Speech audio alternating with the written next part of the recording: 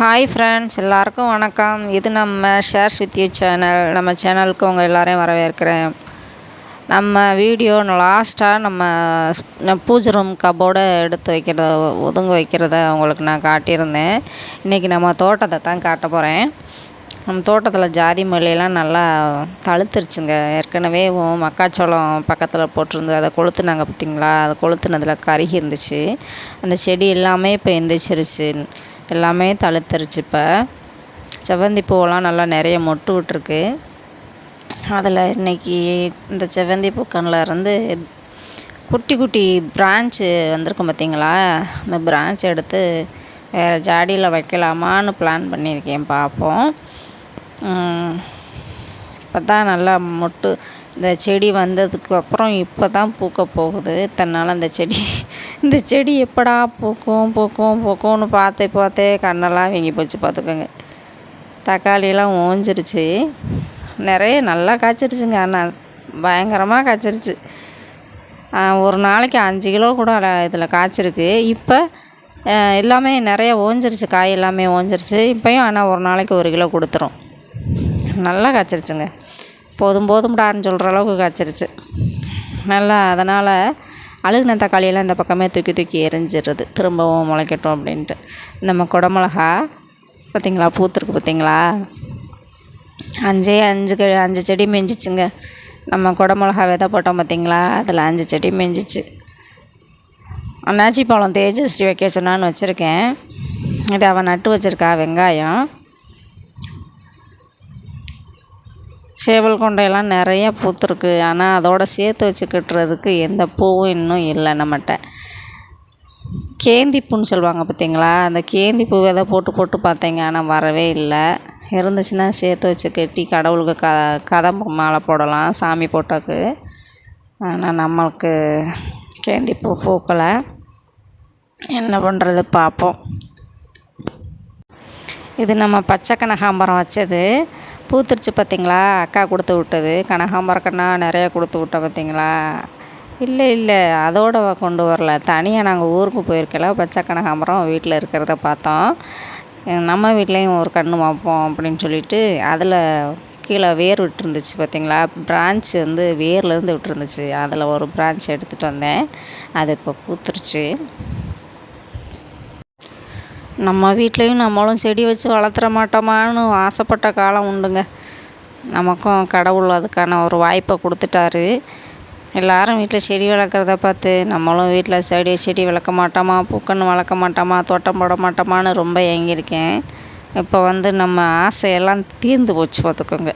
இன்னும் நல்லா நிறைய செடி வைக்கணும்னு ஆசை இருக்குது. நிறைய பூக்கன்னால் நிறைய வைக்கணும்னு ஆசை இருக்குது. காய்கறி போடணும்னு ஆசை இருக்குது. பார்ப்போம், ஒன்றா செயல்படுத்துவோம். இப்போ பூக்கண்ணை கொஞ்சம் விருத்தி பண்ண பார்ப்போம். மண்ணை அள்ளிட்டு வந்து வச்சுருக்கேன். மண்ணை உடச்சி விட்டுட்டு அப்புறமா அதிலேருந்து பிரான்ச் எடுத்து வச்சுக்கிறலாம். சின்ன பிள்ளை மாதிரி மண்ணை கிளச்சி விளையாடுறதுலேயும் ஒரு சந்தோஷம் இருக்குது பார்த்திங்களா. எனக்கு ரொம்ப பிடிச்சிருக்குதுங்க. மண்ணை கிளச்சி விளையாடுறதுக்காகவே திரும்ப கன்று வைப்பேன் போல். ஏன் தேஜு, உனக்கு மண்ணை கிளச்சி விளையாட பிடிக்குமா? கொஞ்சம் பிடிக்கும். கொஞ்சம் தான் பிடிக்குமா உனக்கு? அப்புறம் ஏன் டெய்லி மண்ணை கிளச்சிக்கிட்டே இருக்க? பொய் சொல்லிங்க. பொய் சொல்லலாண்ணா? எனக்கு பிடிக்குமா, நான் டெய்லியும் விளையாடுவேன். இந்த தேஜஸ்ரீ இருக்கா பார்த்திங்களா, இந்த தேஜஸ்ரீ தான் வந்து தோட்டத்தில் என்ன கன்று வைக்கிறதா இருந்தாலும் மண்ணளிட்டு வந்து கொடுக்குறதே இந்த தேஜஸ்ரீ தான். அதுதான் சாக்குன்னு மண்ணில் நல்லா உழப்பிட்டு வருவான். இப்போ என்ன வேலை பார்த்து வச்சுருந்தா தெரியுமா, அவள் கையை பார்த்திங்களா, கொஞ்சோண்டி மண்ணளிட்டு வர சொன்னதுக்கு என்ன வேலை பண்ணி வச்சுருக்கா. அங்கே போய் மண்ணில் தண்ணியை ஊற்றி குழச்சி கூழ் மாதிரி ஆக்கி அந்த கூழள்ளி அந்த பக்கெட்டில் ஊற்றி வச்சுருக்கான். கூழாக வாளிட்டு வருவாங்க. என்ன வேலையெல்லாம் பார்க்குது பார்த்திங்களா. நம்ம சொன்னால் போதுமே, பர்மிஷன் மட்டும் கொடுத்தா போதும் மண்ணில் வளர்ப்புறதுக்கு. என்னென்னலாம் பண்ண முடியுமோ அதெல்லாம் பண்ணி வச்சுருவாங்க. களை தாங்க, நிறைய களை பற்றி போச்சு. டைமே இல்லைங்க. கொஞ்சம் டைம் கிடைக்கும்போது இந்த புல்லெல்லாம் பறித்து போடணும். ரொம்ப களை பற்றிருச்சுங்க. இப்போ வெயில் காலம் ஸ்டார்ட் ஆயிடுச்சுன்னு சொல்லிட்டு தான் நான் அதை கண்டுக்கிறாமல் விட்டுட்டேன். வெயிலுக்கெல்லாம் நான் மழை பெய்யும்போது கொஞ்சம் கொஞ்சம் பிடுங்கிக்கிட்டே இருப்பேன். கொஞ்சம் தழுத்துரும் பிடுங்கிருவேன். இப்போ வெயில் காலம் ஸ்டார்ட் ஆயிருச்சா, வாடிரும், பட்டு போயிடும் அப்படின்னு நினச்சோம்னா, இந்த பைப்பில் போகிற தண்ணி பாஞ்சிக்கிட்டே நேரமும் ஈரம் இருந்துக்கிட்டே இருக்கா. அதனால் பசன்னு மழை காலத்தில் இருந்த மாதிரியே புல் நிறைய முளைச்சி போச்சு. டைம் கிடைக்கையில் பறித்து போடணும் எல்லாத்தையும். இந்த இருக்குது பார்த்தீங்களா, சைடில் குட்டி குட்டியாக இருக்குது பார்த்தீங்களா, அந்த இதை எடுத்துகிட்டு போய் நட்டு வச்சோம் அப்படின்னாக்கா, இதை பார்த்தீங்களா எப்படி இருக்குன்னு பாருங்கள். செவ்வந்தி பூவில் இது மாதிரி சைடில் பிரான்ச்சஸ் இருக்கும். அதை கட் பண்ணி ஜாடியில் எடுத்து வச்சோம்னா புது கன்று வரும்னு சொல்கிறாங்க. அதனால் எடுத்து வச்சு பார்ப்போம். அது என்னமோ 10 கன்று வச்சோம்னா 2 கன்று 3 கன்று தான் வருமா. அந்த மாதிரி ஒரு 10 பிரான்ச்சஸ் வச்சோம்னா 2 பிரான்ச்சு 3 பிரான்ச்சு தான் வேர் விட்டு வருமா. நம்ம யோகத்துக்கு ஒரு பிரான்ச் வந்தாலும் போதும் அப்படின்னு நினச்சி தான் இப்போ எடுத்துக்கிட்டு இருக்கேன். கீழே ஒரு பிரான்ச் வேரோடு இருக்குது, அதை எடுக்கலை.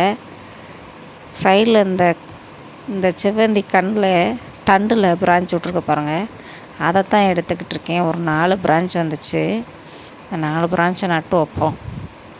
நட்டு தண்ணி விட்டு பார்ப்போம். மண்ணுக்கு நான் எதுவுமே மண்ணோட எந்த உரமும் சேர்ந்து கலக்கலை, வெறும் செம்மண் மட்டும்தான் கலந்துருக்கேன்.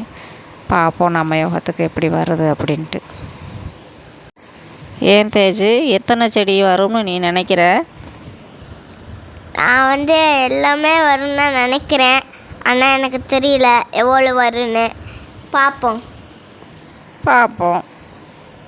இந்த காட்டுறேன் பார்த்தீங்களா, இது இப்படியே வாடாமல் இப்படியே வேர் விட்டு வந்துருச்சுன்னா எவ்வளோ நல்லாயிருக்கும்.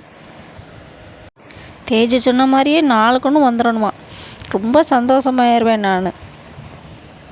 ஆனால் நம்ம யோகத்துக்கு வேரோட வச்சாலே வராது. நம்ம வெறும் குச்சியை ஒடிச்சு வச்சுக்கிட்டு இருக்கோமே, எப்படி வரப்போகுது பார்ப்போம்.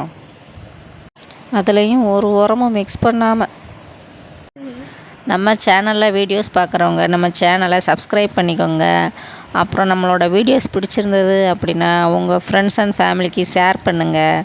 அப்புறம் உங்களுடைய ஆதரவை நம்ம சேனலுக்கு கொடுங்க. அப்புறமா உங்களுக்கு எந்த செடி ரொம்ப ரொம்ப பிடிக்கும் அப்படின்னு கமெண்ட்டில் சொல்லுங்கள். அப்புறம் ஒரு லைக்கை தட்டி விட மறந்துடாதீங்க. விட்டால் வளையல் கையை விட்டு கலண்டு வெளியே ஓடி வந்துடும் போல். என்னதான் வளையல் பார்த்து எடுத்திருக்கேனான்னு எனக்கே தெரியல. என் கைக்கு சைஸுக்கு தக்கன வளையல் பார்த்து எடுக்க வேண்டாமா. அப்புறம் உங்ககிட்ட ஒரு பாட்டு பாடி காட்டணும் என்னோடய இனிமையான குரல் அப்படின்னு எனக்கு ஆசையாக இருக்குது. என்னோடய பாட்டை கேட்க தைரியம் இருக்கிறவங்க சொல்லுங்கள், நான் உங்களுக்காக பாடி காட்டுறேன் அடுத்த வீடியோவில். கண்டிப்பாக கமெண்ட்டில் சொல்லணும். சத்தியமாக உன் பாட்டெல்லாம் கேட்க முடியாது, பேசுகிற குரலே கேவலமாக இருக்குது, நீ பாடுறத வேறு கேட்கவா அப்படின்னு நினச்சிங்கன்னா அதையும் கமெண்ட்டில் சொல்லுங்கள். அவ்வளோதாங்க, நம்ம வச்சு முடித்தாச்சு. இதை எடுத்து சேஃப்டியாக ஜன்னலில் தூக்கி வச்சுருவோம். டெய்லி தண்ணி நனைச்சி விடுவோம். எத்தனை நாள் கழித்து இது வேர் விட்டு வருதுன்னு பார்க்கலாம். பாய். இது எவ்வளோ நாள் கழித்து வருதோ நமக்கு தெரியலை. ஆனால் வேர் விட்டு நல்லா வந்துட்டால் போதும், நம்மளுக்கு சந்தோஷம்தான். பாய்.